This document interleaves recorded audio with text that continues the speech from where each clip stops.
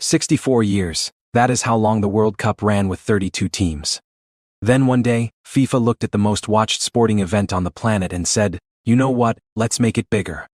A lot bigger. The 2026 World Cup won't have 32 teams, it'll have 48. That is a 50% jump. And if you are wondering whether that is actually a good idea or just a money grab dressed up as progress, stick around. Because the answer is more complicated than you think. Let's start at the beginning. The World Cup hasn't always been 32 teams. It started in 1930 with just 13 countries, grew to 16, then 24. Then in 1998, it jumped to 32, and stayed there for almost 3 decades. So expansion isn't new. FIFA has done this before, but the leap from 32 to 48 is the biggest single jump in the tournament's history. And it didn't happen by accident. Here's where it gets interesting. In 2016, FIFA elected a new president, Gianni Infantino, and one of his first big moves was pushing the 48-team format through. It passed.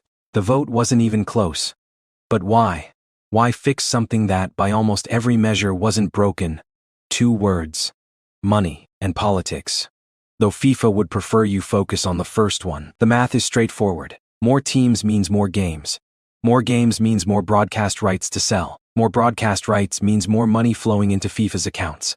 The 32-team World Cup in Qatar generated around $7.05 billion in revenue.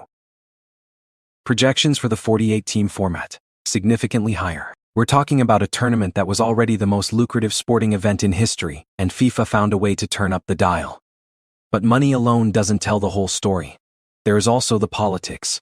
FIFA has 211 member associations. That is more members than the United Nations. And most of them, the smaller football nations, the ones from Africa, Asia, the Caribbean, the Pacific. They've never qualified for a World Cup, not once. For them, the World Cup is something they watch on television, not something they participate in. Expanding to 48 teams changes that. More spots means more countries get a seat at the table. And more countries feeling included means more votes for the people running the show. You see how this works. So how does the format actually change? In theory, it sounds simple. In practice, it required a complete redesign. The old format had 32 teams split into 8 groups of 4. The new format has 48 teams split into 16 groups of 3. The top 2 from each group advance plus 8 of the best third-place finishers. This sounds simple. It isn't. Groups of 3 create a problem that groups of 4 don't. When you play 3 games, everyone plays twice, and the last game involves 2 teams that already know exactly what result they need. That creates an enormous incentive to collude, to play for a draw, to manage the game rather than win it. FIFA says they've addressed this by scheduling the last group games simultaneously. But critics point out that 2 teams can still agree on a 1-1 draw in the 70th minute and both go through. It happened at the 1982 World Cup. It was so blatant they named it after the city it happened in, the disgrace of Jijin, and the 48-team format makes that scenario more likely, not less. Here is another layer. The 2026 World Cup is being hosted across 3 countries, the United States, Canada, and Mexico, 16 cities. Matches from Vancouver to Guadalajara to Boston to Los Angeles. That is an enormous logistical operation even without adding 16 extra teams. With them, it becomes something genuinely unprecedented. The players will travel more. The fans will travel more. The carbon footprint will be enormous. And the quality of some of those early group games, a traditional power against a team that barely qualified, is probably going to be rough to watch. But here is the counter-argument, and it is actually pretty good. Some of the most memorable World Cup moments came from teams that weren't supposed to be there. South Korea reaching the semifinals in 2002. Cameroon beating Argentina in 1990. Senegal knocking out France in 2002. These weren't the big nations. These were the supposed underdogs. Expanding the tournament doesn't just add filler, it adds more chances for those stories to happen, and those stories are often the ones we remember longest.